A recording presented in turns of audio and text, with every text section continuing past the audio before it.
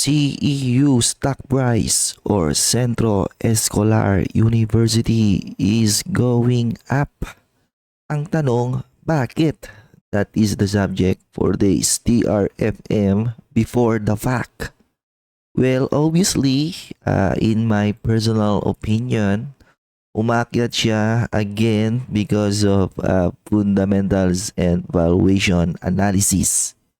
And if you are interested on my personal opinion and analysis of various stock, check the pinned comment strictly for a serious long-term investor.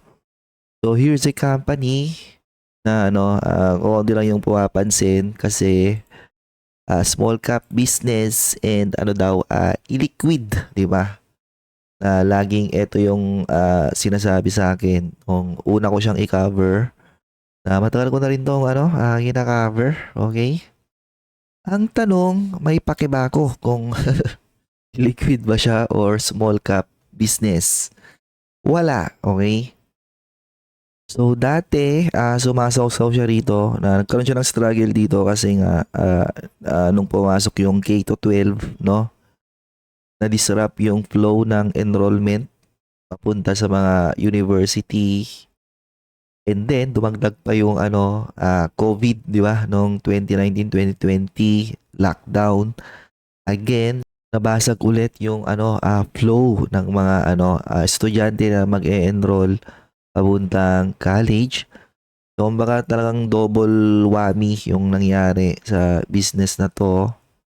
However, tumakbo na yung K-12 and tapos na yung lockdown. So, obviously yung mga estudyante, magdadagsaan na yan, mag-enroll sa mga university and because of that, nag-benefit na tong business na to. So here's my one-pager analysis available to the sponsor of my channel. So as early as August of 2022, kina-cover ko na to. August, nandito lang siya, no? Na actually during that time, lang siya, no? Fairly valued, ganon. And bago yan, nag-declare to ng stock dividend, no? So kailangan i-adjust mo yung mga prices ng stock ganon before the adjustment period nung binigyan na yung stock dividend. So bargain price ko dati is 5.88 times 0.8333 for the adjustment. So 4.8 and then kunyari 6.52 times 0.8333. So 5.4. So technically dati lang siya, no? Parang fairly valued lang siya. Kasi nga flattish pa lang siya, di ba? Wala pa yung talagang recovery or momentum ng business na to. Dito siya no? And then here comes 2023. Makikita nyo pumipitik na yung revenues and profit ng business na to. And di ba? So 9.81 times 0.8333 8.17 yung aking bargain price around November of 2023.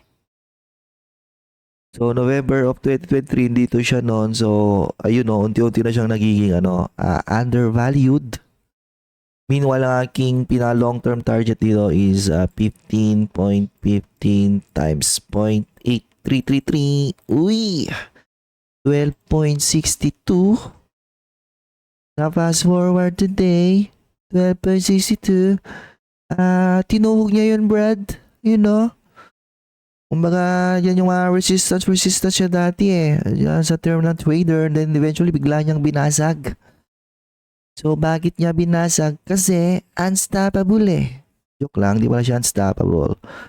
Naging stable na siya sa pagiging highly profitable na business compared nung 2019 to 2022. Makita niyo yung massive difference, di ba? So November of 2024 nandito siya noon and adjusted na to. Andun na yung makikita na yung pagpitik ng shares outstanding dito, di ba? So itong valuation ko rito is adjusted na siya. So November of 2024 valuation ko sa kanya is 13, still undervalued, di ba? Sumausaw siya dyan and still undervalued. And ang pinaka-long term target ko na sa kanya is at 21 to 20. If, so, 21 to 20, pag bigla niya ulit tinuhog yan, Brad, that's additional 43 to 49% or 50% upside. Ngayon, eto yung malupit sa business na to. Di ba? Ba, hindi nyo alam.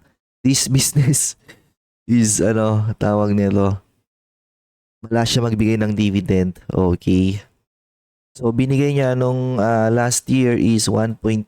Pero syempre, i-adjust natin to. Diba? Times 0.8333. So, nabigay siya ng piso na dividend. And at the current price na 13.9. Uy! That's still a yield of 7.19%. However, kung nabili mo siya dati dito, no, around 5 to 6 pesos, kunyari, 6 pesos, no? 1 divided by 6. So, that's a yield of 16.67%. Yield on cost. Ganun kalupit nung business na to, di ba? Pero, hindi pa dyan nagtatapos, di ba? Ito malupit dyan kasi nagre-report ulit ng growth yung business na to. So, revenues are growing from 1.6 naging 1.8. And net income is flattish. Okay, pero may isa pang quarter ata to, no? Baka doon bumomba ng limpak-limpak na profit. Therefore, parang continuous pa rin yung growth momentum nito. And kapag nag-continue yung growth momentum niya, ano na yung bagong intrinsic value ng business na to? Well, check the pinned comment if you want to follow my valuation and fundamental analysis of this company. Ayun, dito na tayo sa kanilang latest results of operation. So, this company is still a very profitable business, no? So, for the 9-month period, 55555 million. Grabe. Pero ito yung gusto kong makita. So, CapEx, nag-improve lang sila ng facilities, blah blah blah. Para syempre, no, pampapogi din yan eh. Kasi pag pangit yung mga facilities mo, wala, no? Wala mag-e-enroll sa inyo eh. Lalo mga kabataan ngayon, puro sosyalin yung kanilang taste eh. Mga elitist. Mga buhok na yan eh. Okay, so students are still increasing, oh. Kita niyo yan, ha? So, may momentum pa rin yung flow of enrollment dito sa company na to. And meron ba silang deferred revenue na malaki-laki din? Di ba? Na eventually, marirealize nila yan, syempre. And nag-declare to recently ng 20% stock dividend. So, dineclare niya yung stock dividend nung December EX date. Pero makikita nyo after ng December, pinitik pa rin yung stock, di ba? Normally, yung mga ibang company nagde-declare ng stock dividend, nagpapatuloy silang bumaba. Pero eto, dahil maganda yung fundamentals niya, pinitik pa rin siya, okay? And isa pa sa malupit sa business na to is maganda yung kanyang balance sheet, no? 2.6 billion in current asset and out of that asset, meron silang 1.3 billion in cash. Madami-daming dividend pa yan kung gugustuhin nila. And ang current liabilities lang nila is around 1.8. Okay. Lower than their 2.6 and total liabilities of 2.6. Almost similar sa kanilang current asset. So, pwede na. Okay. So, yung kanina, namimigay daw sila ng ilan yun? 7% pa yon. Tama, no? 7.19. So, 7.19, ang binabayaran lang nila is around 6.256. So, nagbabayad sila na around 450 million in dividends na still, ayun lower than their reported earnings, and of course, lower din yan ng kanilang cash flows. So, I think kaya pa rin nilang i-maintain yung kanilang high yield na dividend. pwede nga nilang itaas kung gugustuhin nila. Okay? And we'll see kung magko-continue yung kanyang momentum this year. And kapag nag-continue, without a doubt, I think possible itong gumawa ng all-time high